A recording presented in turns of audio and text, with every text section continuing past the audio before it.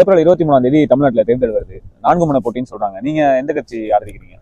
நம்ம எப்பயுமே வந்து நாம் தமிழர் கட்சி தான். ஏன் நாம் தமிழர் கட்சி? அந்த ஒரு கட்சி மட்டும்தான் தமிழையும் தமிழ் தேசியம் முன்னெடுத்து ஒரு கொள்கை கோட்பாடா வச்சு தமிழ்நாட்டில் வந்து அரசியல் பண்றாங்க. எனக்கு தெரிஞ்சு வேற எந்த கட்சியுமே வந்து அதுக்கு சில பேர் சொல்லுவாங்க, ஆனால் அதுக்கு அந்த முக்கியத்துவம் தரமாட்டாங்க. இந்த ஒரு கட்சி மட்டும் தான் முழுக்க அந்த தமிழ் தேசிய கொள்கை கோட்பாடை வச்சு அரசியல் பண்றாங்க. அதனால நீங்க தமிழ் தேசிய பக்கம்? அதனால மட்டும் கிடையாது, தமிழ்நாட்டுல மட்டும் இல்ல, ஏசியாலேயே இந்த ஒரு கட்சி மட்டும்தான் பெண்களுக்கும் ஆண்களுக்கும் சம உரிமை கொடுக்குறாங்க.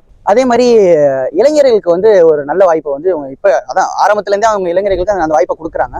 உதாரணத்துக்கு வந்து பேரறிவாளன் அவர் வந்து எனக்கு தெரிஞ்சு ரொம்ப சின்ன வயசுலேயே வந்து வழக்கு கோர்ட்டு கேஸ்லாம் வாங்கியிருக்காங்க. இந்த மாதிரி இளைஞர்களுக்கு வந்து சட்டமன்றத்துக்குள்ள போனோம்னா நம்மளோட உரிமைகளை வாங்குறதுக்கு வந்து நம்மளுக்கு கொஞ்சம் ஈஸியா இருக்கும். எங்களை மாதிரி யங்ஸ்டர்ஸ்க்குலாம் வந்து தமிழ் தேசியம் மெயினாக வந்து இயற்கை சார்ந்த அரசியல்லாம் வந்து எங்களுக்கு தெரியப்படுத்தினதுல இருந்து பெரும்பாலும் இந்த கட்சிக்கு தான் அந்த இதில் சேரும். நாம் தமிழர் கட்சி இந்த தமிழ்நாடு தேர்தலில் வெற்றி பெறணும்னா என்ன பண்ணா ஒரு வாய்ப்பு இருக்கும்னு நினைக்கிறீங்க? இல்லை, மக்கள்கிட்ட போய் இவங்களோட கொள்கை கோட்பாடு இவங்களோட ஐடியாலஜி எல்லாம் கொண்டு போய் கொஞ்சம் சேர்த்தாலே போதும். இப்போ எனக்கு தெரிஞ்சு இந்த 10 வருஷத்துல கொஞ்சமா அது நடந்துட்டு தான் இருக்கு. கொஞ்சம் நாட்கள் தான் இருக்கு. வெளியே தெரியப்படுத்தினாலே போதும். சப்போர்ட் பண்றவங்க வெளியே தெரியப்படுத்தினா போதும். அதை டிபேட்டா அங்கங்க பேசி ஒரு புரிதல் கொண்டு வந்தாலே போதும்.